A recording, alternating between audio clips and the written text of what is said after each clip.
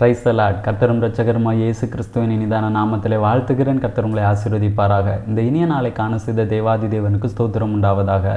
ஆதியாகமம் புஸ்தகம் 49வது அதிகாரம் 23, 24வது வசனங்கள்.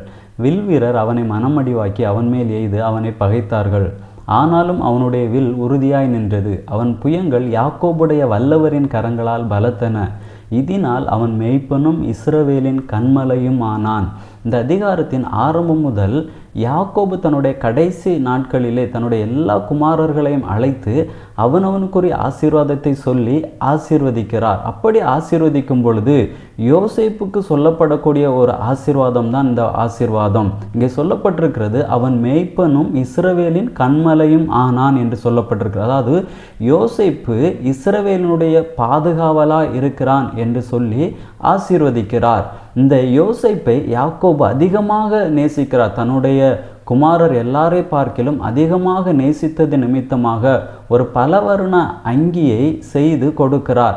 அவன் அதை அணிந்து கொண்டு சகோதரிடத்தில் போகும் பொழுது சகோதரருடைய கை அதன் மேலே படுகிறது. அது அவனுக்கு நிலை நிற்கவில்லை. ஆனால் அதே யோசேப்புக்கு கர்த்தர் நியமித்த நாளிலே அவனை உயர்த்தி வைக்கும் பொழுது யோசேப்புக்கு ராஜவஸ்திரம் கொடுக்கப்படுகிறது. அந்த ராஜவஸ்திரம் அணிந்து கொண்டு நிற்கும் பொழுது அங்கேயும் தன்னுடைய சகோதரர்கள் வருகிறார்கள். ஆனால் சகோதரரால் அந்த ராஜ வஸ்திரத்தின் மேலே கைகளை வைக்க முடியவில்லை. ஏன் கைகளை வைக்க முடியவில்லை என்றால் அது கர்த்தர் கொடுத்தது. கர்த்தர் உயர்த்தி வைக்கும் பொழுது அது நிச்சயமாக அது நமக்கு நிலை நிற்கும். எந்த மனிதர்கள் மூலமாக வரக்கூடிய ஆசீர்வாதம் நமக்கு நிலையானதா என்று கேட்டால் தெரியாது. ஆனால் அது கர்த்தரிடத்திலிருந்து வருமானால், கர்த்தர் தரக்கூடிய ஆசீர்வாதமானால் அது நமக்கு நிலையாக இருக்கும். இங்கே யோசேப்புக்கு அப்படித்தான்.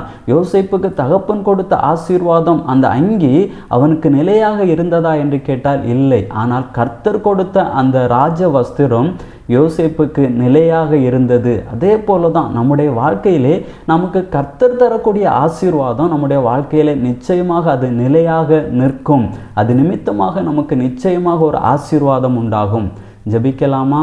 நல்ல தகப்பனே, உம்மை நன்றியோடு உம்மை துதிக்கிறோம், உம்மை ஸ்தோத்தரிக்கிறோம். அப்பா, நீர் தருகிற ஆசீர்வாதம் தான் எங்களுக்கு நிச்சயமாக நிலையாக இருக்கும் என்பதை உணர்ந்து உம்மிடத்திலிருந்து ஆசீர்வாதங்களை பெற்றுக்கொள்ள கர்த்தர் எங்களுக்கு நல்ல கிருபைகளை தந்தருளும்படியாக ஜெபிக்கிறோம். உம்முடைய நாமத்தை மகிமைப்படுத்தும் இயேசுவின் நாமத்தில் பிதாவே, ஆமேன். God bless you.